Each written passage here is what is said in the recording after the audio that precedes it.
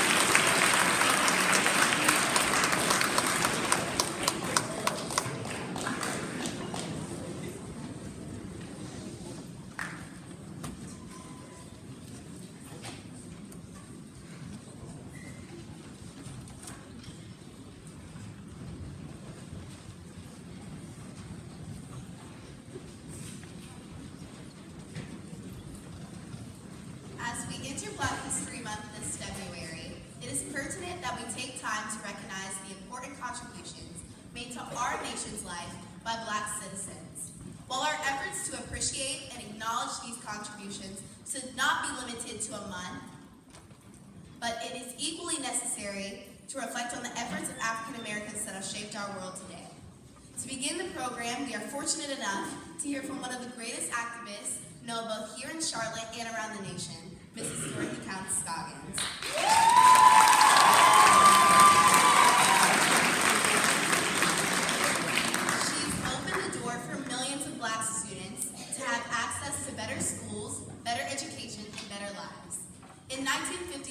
Mrs. Dorothy Count Scoggins took the walk into Harding High School as one of the 4 African American students attempting to integrate Charlotte-Mecklenburg schools. After a week of harassment, abuse, and non-acceptance from her peers, teachers, and administration, her parents withdrew her, and she furthered her education elsewhere. Following Mrs. Dorothy Count Scoggins' experience with the desegregation of schools, she chose a life to ensure that all children would receive a quality education. In addition, she hoped and continues to hope that everyone will learn to be accepting, ridding the world of injustice.